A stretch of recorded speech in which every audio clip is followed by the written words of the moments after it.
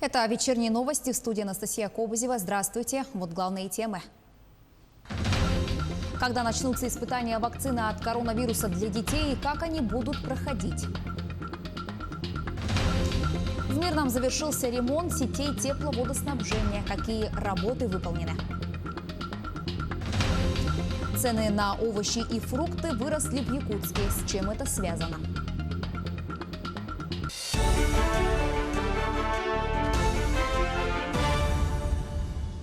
«51 новый случай коронавируса выявили в Якутии за сутки. Об этом сообщает региональный оперштаб. География следующая. 38 заболевших в Якутске, 2 в Алданском районе, по 4 в Булунском и Мегино-Кангаласском, 3 в Ленском районе. Один пациент с коронавирусной инфекцией скончался. Выздоровели 79 человек. Лаборатории республики провели 2807 исследований на коронавирус. Между тем, испытания вакцины от коронавируса для детей могут начаться в течение полугода. Как рассказал директор Национального исследовательского центра эпидемиологии и микробиологии имени Гамалея Александр Гинзбург, исследования также будут проходить поэтапно в разных возрастных группах. Сообщается, что первые группы взрослых добровольцев, тестирующих вакцину, были выписаны из медучреждений и хорошо перенесли препарат. Сейчас идут работы над тем, чтобы производить как можно больше вакцины от коронавируса. Ученые считают, что прививку помимо лиц из группы риска должны в первую очередь получить учителя, пожилые люди, а также граждане, которые живут и работают в замкнутых коллективах. Гинзбург также сообщил, что вакцинация от коронавируса не помешает делать другие прививки, в том числе сезонные. Для лучшей адаптации организма к препаратам между прививками следует делать перерыв в 2-3 недели. Осторожно, мошенники. Мы уже не раз рассказывали о схемах киберпреступников, но, как показывает статистика, люди по-прежнему попадаются на крючок преступников. Из последнего жительница поселка Усть-Мая после общения с лжесотрудником банка лишилась 20 тысяч рублей. Всего же в Усть-Майском районе за прошлый год было возбуждено 4 уголовных дела за подобные преступления. Юрий Таюрский продолжит тему. Самым популярным видом кибермошенничества в России является фишинг.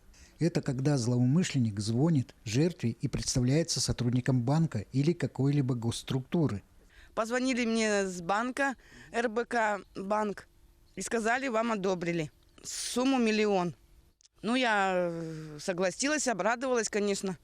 А при этом нам нужно было заплатить страховой взнос, но данная сумма в размере 36 тысяч рублей. Но данная сумма у гражданки отсутствовала. Она сообщила, что у нее имеется 20 тысяч рублей, на что они согласились. А вы им попытались еще дозвониться до них? Как бы? Я звонила, они до сих пор на связи, они ничего не боятся. Кроме того, хищение денежных средств у потерпевших совершается под предлогом разблокировки банковских карт, направления СМС-сообщений о выигрыше, для получения которого необходимо перевести денежные средства на указанный абонентский номер. Но я сталкивалась тоже с мошенниками. Мне позвонили, сказали, что по номеру телефона я выиграла автомобиль. Потом сказали налог платить, там банковские эти отправляли, туда деньги перекидывать каждый божий день. И потом, я отправляла там несколько сумму.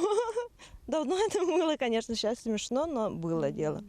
Мошенничество, как вид преступности, опасен не меньше, чем грабежи и разбои.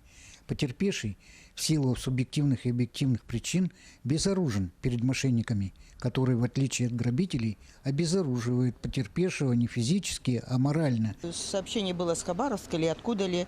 Сказали, что сын попал в аварию и срочно нужны 85 тысяч. Но я, как любая мама, сразу-то... Потом дети-то меня остановили. И слава богу. Основной проблемой, связанной с раскрытием преступлений указанной категории, является то, что лица, звонящие на телефоны потерпевших, как правило, находятся на территориях других субъектов Российской Федерации. За 12 месяцев 2019 года возбуждено 4 уголовных дела, а по итогам первого полугодия 2020 года возбуждено 1 уголовное дело следственными органами отделением ВД России по Усть-Майскому району. Так что, люди, не попадайтесь, как я попалась мошенникам. И верните, пожалуйста, мои деньги, если ты меня увидишь на экране. Факты мошенничества в различных сферах жизни стали распространенным явлением. Многие преступники поняли, что для получения незаконного обогащения надежнее действовать не силой, а хитростью. Поэтому предупредите своих родных и близких элементарно для того, чтобы сохранить их и свои нервы. Юрий Таюрский, поселок Усьмая. В Мирном завершился ремонт сетей тепловодоснабжения. В этот летний сезон горожане будут пользоваться горячей водой раньше обычного. Подробности у Марферины Алексеевой. Помимо ремонта и замены труб более чем в 200 объектах города и близлежащих поселках, в этом году была решена давняя актуальная проблема. Для того, чтобы обеспечить бесперебойное теплоснабжение всего города, было решено заменить и поднять из-под земли ветхие трубы центральной магистрали. Для этого на рудовозной дороге был сооружен надземный переход. Этот участок ежегодно доставлял горожанам немало неудобств. Зимой грунтовые воды разливались и доходили аж до центра города. Грунтовые воды перегревались за счет перегретой воды сетевой и уходили дальше до улицы Комсомольская по Логу Безымянному. Сейчас вода перегреваться так не будет, в том числе и наши трубы там гнить не будут, поэтому увеличили и надежность, и таяние талых вод прекратится. Также актуальной проблемой городского водоснабжения является быстрая засоряемость труб, отвечающих за обеспечение домов горячей водой. И, как оказалось, забиваются трубы вовсе не из-за плохого качества воды. Вода у нас, кстати, качественная, очень качественная. А забивается по одной простой причине.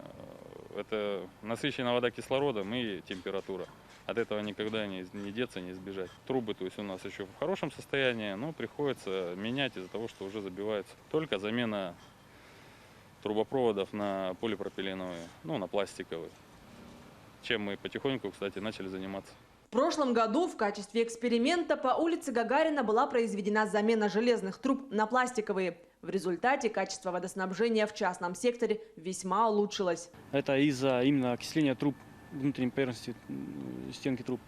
Мы сейчас, чтобы уйти от этого, мы переходим на пластик. Пластик не имеет такого свойства, как окисление и добавление цветности и так далее, мутности. В следующем году запланировано приступить к замене городских сетей водоснабжения. Металлические трубы заменят полипропиленовыми. Марферина Алексеева, Артем Алексеев, Мирный. Цены на овощи и фрукты в столице региона подросли, сказывается пандемия и другие факторы. Сколько стоят огурцы и помидоры в Якутске в середине лета, Сергей Михедов провел мониторинг цен и готов поделиться результатами.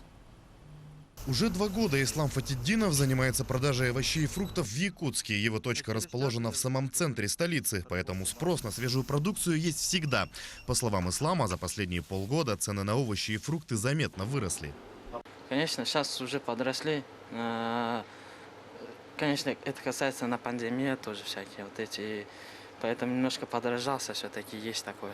На 30, на 40 рублей. Так, например, картошки новый урожай уже 80-100 рублей. А раньше стоял 60. В среднем стоимость помидоров в Якутске от 200 до 250 рублей за килограмм. Огурцы стоят примерно 100 рублей. Чаще в продаже овощи, выращенные местными фермерами. Свежий красноярский картофель продают по 100 рублей. Что касается фруктов, то яблоки по 200, бананы по 150, груши по 220 рублей. Везут главный природный источник витаминов из Узбекистана, Турции и Новой Зеландии. Китайскую продукцию практически нигде не найти. Сейчас местные огурцы, помидоры. Цены подороже, потому что сейчас тепличные идут. А огурцы уже снизились, потому что уже погода устаканилась, и теплое время у нас огурцов больше. Ценообразование в основном зависит от стоимости аренды торгового помещения, поэтому на улице овощи дешевле. Например, местные огурцы, выращенные жатайскими фермерами, можно найти и по 30 рублей. Много у нас в этом году сажали. Собирать не успеваем, много. Сегодня собрали, завтра опять много. Из-за этого надо продать. Овощи и фрукты дорожают, но не критично. Разброс цен достаточно ощутимый, если продукцию привезли из-за границы. Да и якутские овощи могут обойтись в копеечку. Гораздо выгоднее, приятнее и полезней вырастить огурцы и помидоры в собственной теплице. Сергей Михедов, Григорий Николаев, Якутск. Национальные имена всегда были не просто предметом гордости народа, но и отражением культурного кода того или иного этноса. А об именах и их происхождениях в материале Айсены Бурнашовой. Книга якутских имен по датам рождения. И мои родители решили назвать как раз-таки по этой книге и дали мне чудесное имя Аина, которое означает «дочь Бога». Аина родилась в Анабарском Улусе и уже 6-й год живет в Петербурге. Редкое для города на Неве имя Аина носит гордо, хоть и признается, что чувствует определенную ответственность. Ты должен знать якутский язык, ты должен знать какую-то хотя бы маленькую историю про Якутию, да, или даже про свою родину. Вот, поэтому лучше давать якутские имена, тогда у ребенка у самого какая-то ответственность появится внутри себя. Национальные имена имеют значение не только для их обладателей, но и в целом для культуры и языка. Эксперты отмечают, имена – это источник и лингвистических, и историко-культурных знаний. Предмет гордости, да, и вообще имя человека – это же его культурный код. Если съездить в другие национальные регионы, да, хоть на Кавказ, хоть сибирские регионы, вот тот же Ямал, они имеют свои родные национальные имена.